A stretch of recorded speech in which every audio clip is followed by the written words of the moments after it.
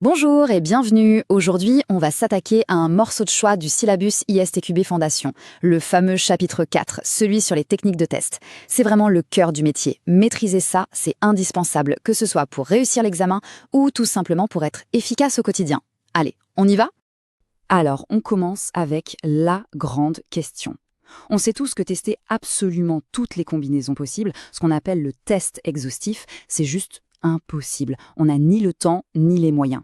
Alors, comment on fait pour garantir la qualité ?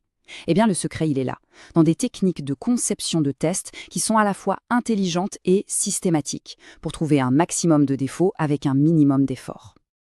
Voilà le programme. D'abord, on va découvrir les grandes familles de techniques. Ensuite, on plongera dans les approches qu'on appelle boîte noire, puis boîte blanche.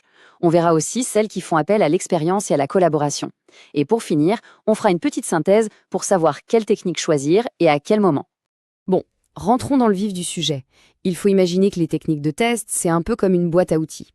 Chaque outil a un usage bien précis et tout se regroupe en quelques grandes catégories. Et voici la première distinction, la plus fondamentale de toutes. Boîte noire contre boîte blanche. Pour la boîte noire, imaginez que vous testez une voiture. Vous ne vous souciez pas de ce qu'il y a sous le capot, vous vérifiez juste que quand on appuie sur l'accélérateur, elle avance. On se base uniquement sur les spécifications. À l'inverse, le test en boîte blanche, c'est justement soulever le capot. On va regarder le moteur, les circuits, le code, pour s'assurer que tout est bien construit à l'intérieur.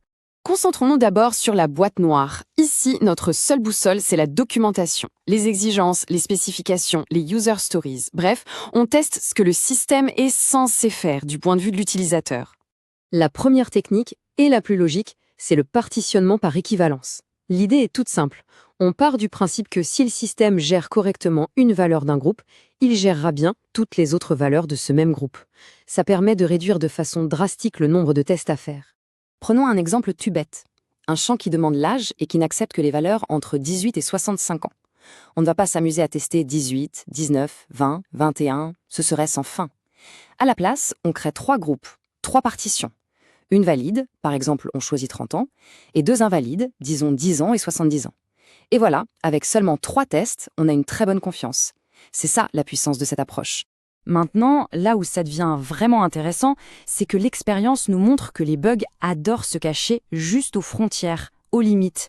C'est là qu'intervient l'analyse des valeurs limites. C'est vraiment le complément idéal du partitionnement.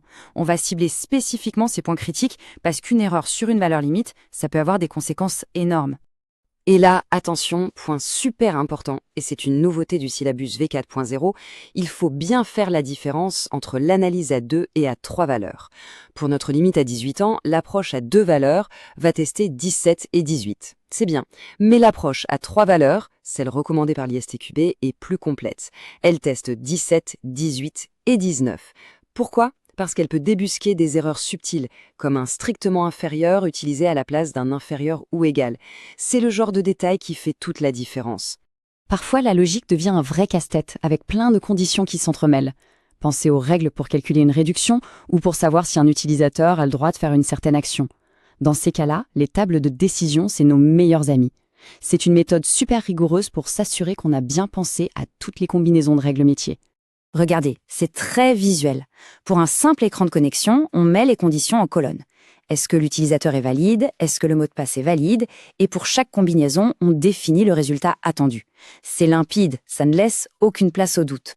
Il y a des systèmes qui changent de comportement en fonction de leur état. Le meilleur exemple, c'est le panier sur un site e-commerce. Il peut être vide, en cours de remplissage ou payé. On ne peut pas passer de l'état vide à l'état payé directement. Le test de transition d'état permet de dessiner une sorte de carte de tous les états possibles et des chemins, des transitions, pour passer de l'un à l'autre. Ça permet de vérifier que toutes ces transitions fonctionnent comme prévu. Allez, on change complètement de perspective, on ouvre le capot, on passe en mode boîte blanche. Ici, on ne se demande plus quoi, mais comment. On va regarder le code lui-même, sa structure interne, pour construire nos tests. Le premier niveau, le plus basique, c'est la couverture des instructions. L'idée, c'est de s'assurer que chaque ligne de code qui peut être exécutée l'a été au moins une fois par nos tests. C'est un bon début, une première mesure, mais attention, ça peut être un peu trompeur. Ce n'est pas parce que toutes les lignes ont été exécutées que tous les chemins logiques ont été testés. Et c'est pour ça qu'on a la couverture des branches ou des décisions. Elle est bien plus exigeante. Là, on ne se contente pas de passer sur chaque ligne, on veut s'assurer que pour chaque point de décision dans le code, typiquement un si, alors, sinon, on a bien testé les deux issues, le cas où la condition est vraie et le cas où elle est fausse. C'est un indicateur de qualité de test beaucoup plus robuste. Voilà un exemple très simple. Pour avoir une couverture de branche de 100% sur ce code, il nous faut au minimum 2 tests.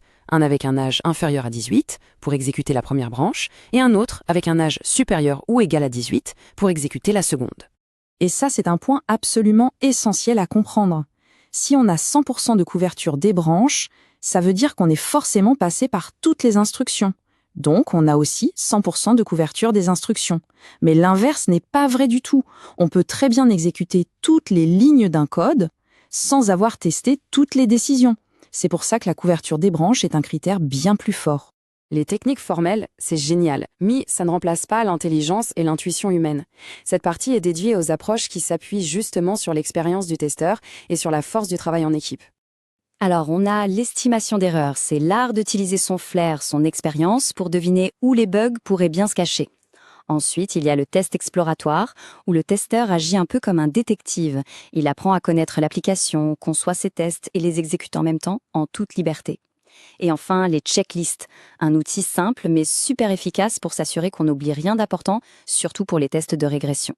On en vient à l'ATDD, une approche collaborative qui est vraiment au cœur du syllabus V4.0. C'est un vrai changement de philosophie. L'idée, c'est que toute l'équipe, le métier, les développeurs, les testeurs, se mettent d'accord sur les critères de succès d'une fonctionnalité et les formalisent sous forme de test, avant même qu'une seule ligne de code ne soit écrite. Le test n'est plus une vérification à la fin, il devient la spécification au début. Et tout ça fonctionne sur un cycle en 3 temps. Discuter, développer, démontrer. C'est simple, mais c'est incroyablement puissant. Ça force tout le monde à être sur la même longueur d'onde, ça élimine les malentendus et surtout, ça permet de prévenir les défauts à la source au lieu de se contenter de les trouver plus tard. C'est une approche qui change vraiment la donne en matière de qualité. Bon, on a vu pas mal de techniques différentes. Maintenant, la compétence la plus importante pour un testeur professionnel, c'est de savoir piocher le bon outil dans sa boîte au bon moment. Alors, pour résumer, la boîte noire, c'est parfait pour valider le comportement fonctionnel, ce que l'utilisateur voit. La boîte blanche, elle, est essentielle plus bas, au niveau du code, pour s'assurer de sa robustesse. Les techniques basées sur l'expérience sont géniales pour trouver les bugs auxquels personne n'avait pensé. Et enfin, les approches collaboratives comme l'ATDD sont la clé pour aligner tout le monde et intégrer la qualité dès le tout début. Un bon testeur, finalement, c'est quelqu'un qui sait jongler avec tout ça. Et on va se quitter sur cette question. Chaque projet est unique, chaque application a ses propres faiblesses potentielles. Avec cet arsenal de techniques en tête, la question à se poser est toujours la même. Quel est le meilleur outil, là, maintenant, pour assurer la qualité du système sur lequel on travaille? C'est ça la réflexion au cœur du métier.